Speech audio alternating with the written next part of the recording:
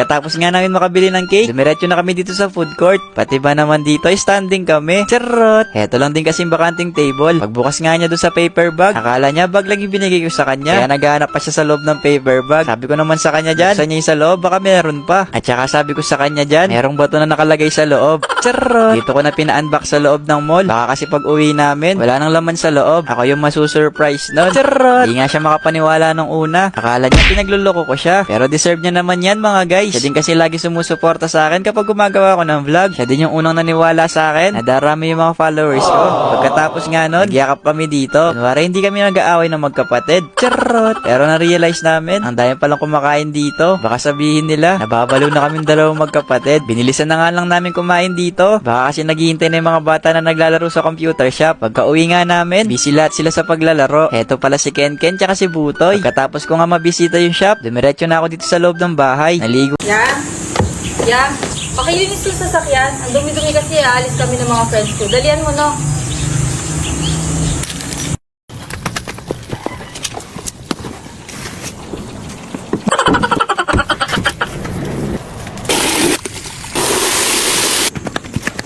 Oo, on the way na ako. Malapit na ako.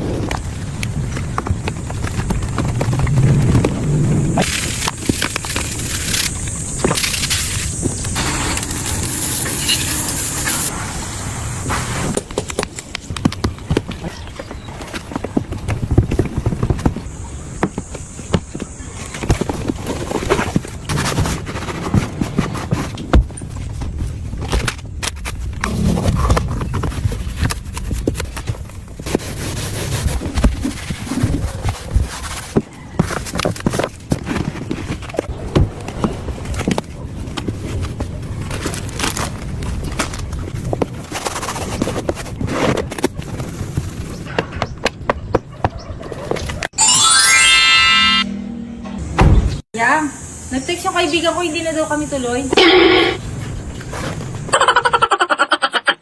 Ulam nyo. Pagkatapos ko nga magluto, pinauna ko munang kumain si mama. At ako naman, ibang pagkain ang kakainin ko dito sa tindahan. Di kasi kami pwedeng magsabay-sabay kumain kasi may mga bumibili. Ngayaman nga ng isang customer namin, bumili siya ng isang sibuyas tsaka bawang. Gisa daw niya sa corned beef. Ni-interview ko din pala yung mga customer namin dito. Para masaya ang buhay. Charot. Ayan, tinulungan na din pala ako ng ate ko kasi ang dami nang bumibili. Siya na din kasi yung next na magtitinda dito.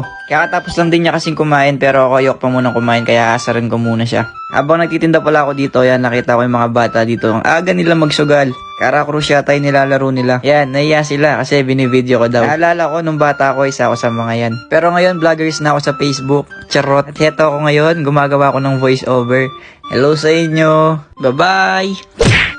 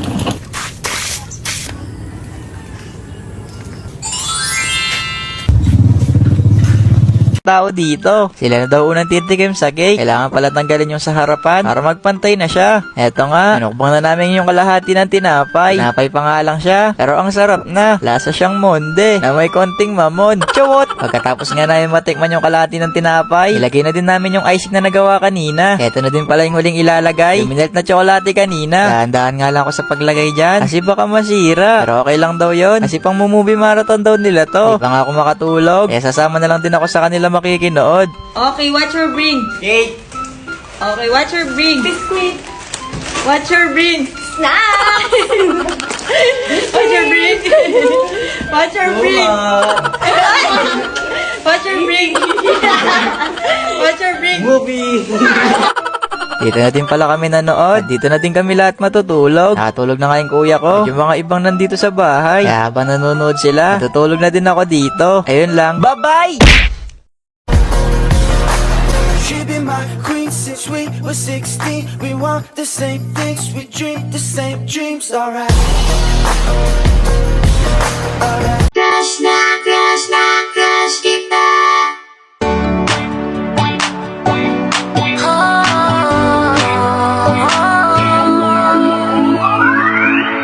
Alam mo ba, sinong nagsabi na crush ko siya? Di ko sinabi, alam ba niya ang aking feelings? Alam ko na sa akin siya may pagtingin. Paano naman ang aking puso? Sa may pintuan, dami din pala nagtatanong sa akin, bakit daw hindi na lang daw ako nagkotse? Sabi ko naman, mas gusto ko yung 7-seater para makasakay kaming lahat, para road trip, brum brum, zoom zoom, zapay, charot. Hindi, pangarap pala to ng kuya ko, yung magkaroon ng 7-seater na sasakyan. Kaso nga lang, wala na siya nung nabili ko to, kaya sa kanya ko na lang pinangalan tong sasakyan. Si Papa pala tsaka si Mama yung madalas gumamit dito sa sasakyan. Minsan ginagamit nila to pag namamalengke, lalo na kapag sobrang init sa labas. Tsaka minsan lang din kasi ako umuwi dito sa bahay. Umuwi din kasi ako sa asawa ko sa Manila. Tsaka yung 5 kong anak, lagi akong hinahanap. Charot. Lagi din kasi ako nasa Manila. Walang buwan na hindi ako pumupunta doon. Nagko-commute lang din pala ako kapag pumupunta ako ng Manila. Kasi hindi pa ako sanay mag-drive doon. Ang dami kasi nanguhuli doon. Ang dami rin violation. Tsaka medyo nalilito din kasi ako sa daan sa Manila. Sa totoo lang, wala na akong alam na sabihin.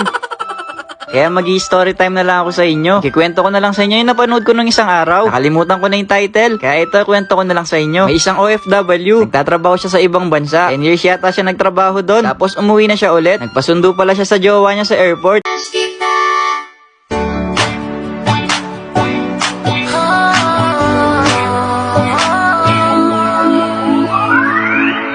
Alam mo ba, sinong nagsabi na crush ko siya?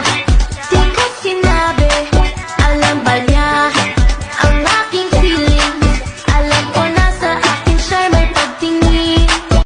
Sobrang ganda pala talaga ng sapatos. Parang gusto ko na siyang iuwi. Kaso nga lang mas nagmahal siya ngayon. Kaya pag-iisipan ko muna ng 3 beses kung bibilhin kita. Naglibot-libot na muna pala ako para may mabili akong reward sa sarili ko kahit wala akong nagawan tama. Hindi ko nga alam ba't dinala ko ng mga paa ko dito sa mga appliances. Bigla ko kasi naalala si Mama sa washing machine. Kasi naman araw-araw ko siyang nakikita na naglalaba. Nasira daw yung washing machine na ginagamit niya. Nag-iipon nga daw siya panggawa dun sa washing machine. Gusto ko sana siyang bilhan ngayon. Kaso nga lang nagulat ako sa mga presyo. Bigla tuloy ako na high blood. Bigla ako nahimatay. Pero bumangon ako kasi mangungutang tayo. Charot! Sa mga oras nga na yan, pinag-iisipan ko talaga kung bibilhin ko to. Hindi na nga ako nagdalawang isip. Binili ko na yung washing machine na yan. Susunod ko na lang bibilhin yung sapatos. Pahinga na muna pala ako dito kung saan nakaupo si Lola. Ginaya ko nga yung post niya kasi mukhang nakaka-relax. At totoo nga ang balita, nakaka-relax ngayon gantong pag-upo. Para ka rin pumunta sa Boracay. Charot! Habang naghihintay nga ako dito, nilabas na yung washing machine na gusto namin. Sigurado ako matutuwa yun si Mama. Kasi naman may bago siyang washing machine. Hindi na rin siya magkukusot. Nasira na kasi yung binigay ni Ate.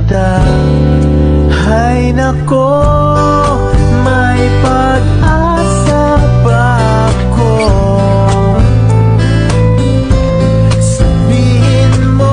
Bas na tubig. Kailangan mo kasing maglagay ng tubig dyan kasi nauuhaw siya. Pero kung may gumamit naman kanina kahit hindi ka na maglagay, may lalabas naman na danom. Ay tubig pala. Nahihirapan na ako magbomba dito kasi natatanggal yung hawakan. Nang mapuno ko na nga yung inigib ko, nagumpisa na ako maligo. Habang naliligo pa nga ako dito, may nakita pa ako naninilip sa akin. Kaya tumalikod muna ako kasi baka magkakuliti siya. Charot! Habang naliligo pa nga ako, bigla ko naalala, naliligo din ako sa ganito nung bata pa ako. Yun nga lang, ngayon wala akong kasama. Dati kasi kasama ko yung mga kararo ko. Lagi rin kami naliligo sa poso. Binilisan ko na lang pala yung pagligo ko kasi naghihintay na daw si Kuya Nene. Nagbihis na din pala ako ng mabilis dito kasi ayoko rin yung may naghihintay sa akin. Tsaka excited na din pala ako kasi makikita ko na yung kababata ko dito. Ang tagal ko na din kasi bago ako umuwi. Naaalala ko pa nga, naglalaro kami na ng kasal-kasalan dito. Tapos late pa kami umuwi. Sabi niya sa akin nung bata ako, kapag daw lumaki na ako, libre ko daw siya ng hamburger. Kasi siya na lang daw lagi naglilibre sa akin. Tsaka wala din akong pera noon nung bata pa ako. Mabait din yun. Kapag nga may nag-aaway sa akin, inaaway din niya. At tsaka pinapakopya niya din ako sa school kapag hindi ako nakapag-review. Pero alam niyo din